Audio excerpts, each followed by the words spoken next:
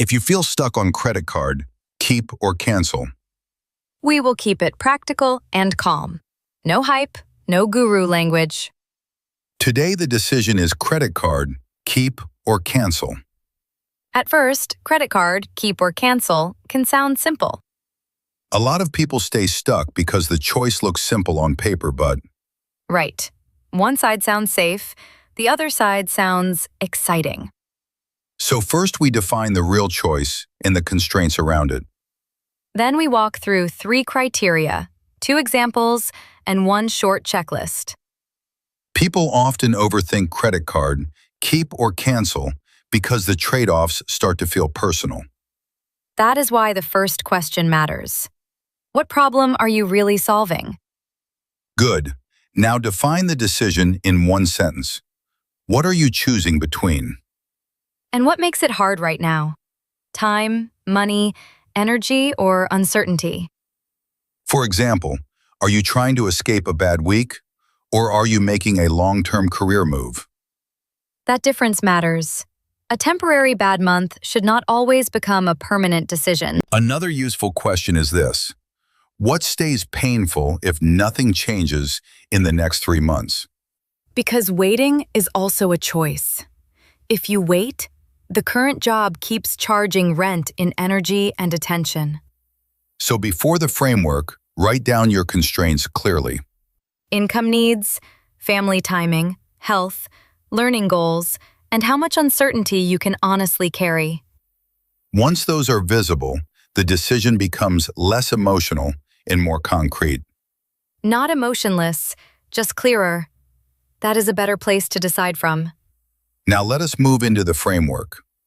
Criterion 1. Time horizon. How long will this decision stay useful? Here is my pushback.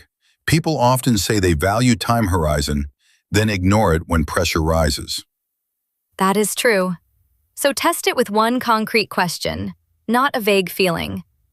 For example, if you choose the new option, what gets better in a normal week, not only on a perfect week? Good. And ask what the downside looks like. Every decision carries a trade-off like speed versus confidence. This is where people get stuck. They want proof that the next move is perfect. You do not need perfect proof. You need enough evidence that the downside is manageable and the upside is meaningful. So if this criterion scores weakly, do not ignore that because the title or salary sounds attractive. Criterion 2. Cash flexibility. Will this option create money stress or keep room for surprises? Here is my pushback. People often say they value cash flexibility, then ignore it when pressure rises. That is true.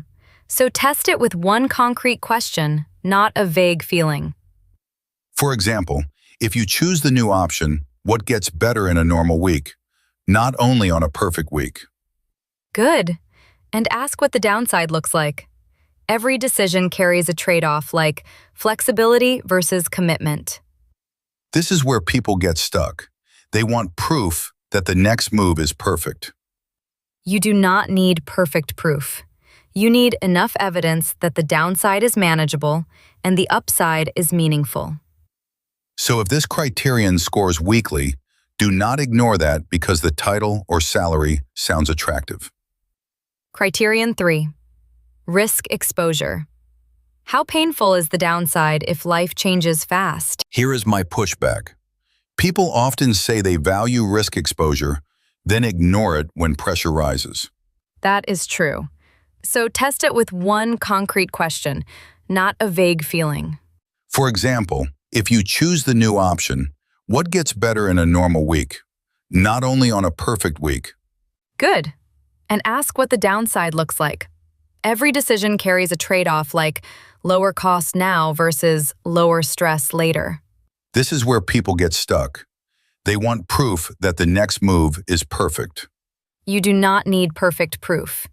You need enough evidence that the downside is manageable and the upside is meaningful.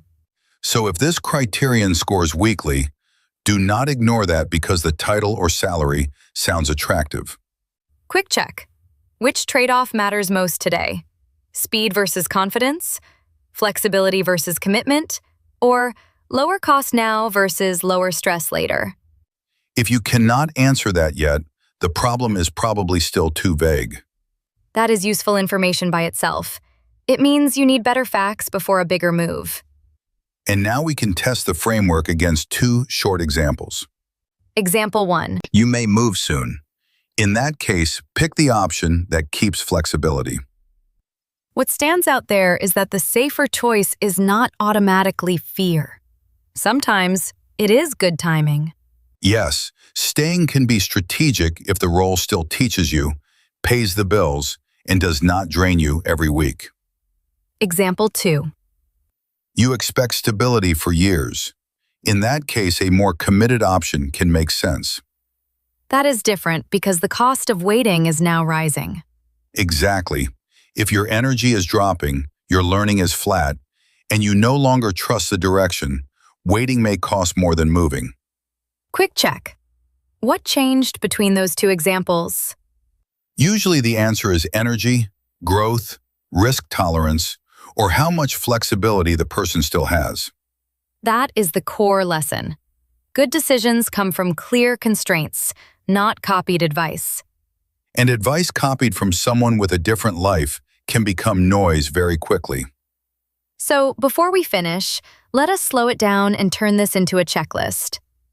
This is the part you can return to when your thoughts start looping. Here are 7 short questions you can return to anytime.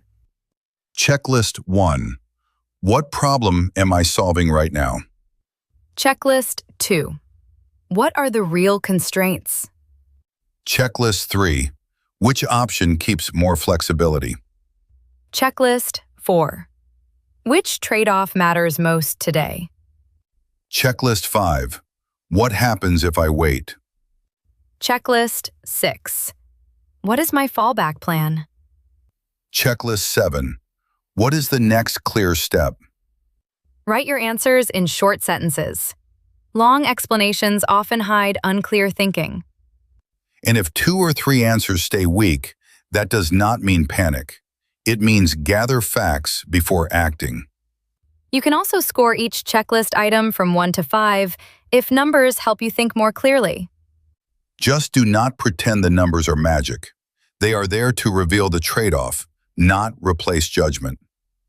Use the checklist before you decide. It is there to reduce noise, not add more.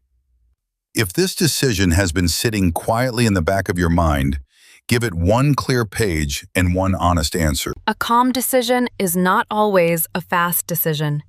Sometimes it is simply a better defined decision. So the real goal today is not to force a dramatic move. It is to see the decision more clearly than you did before.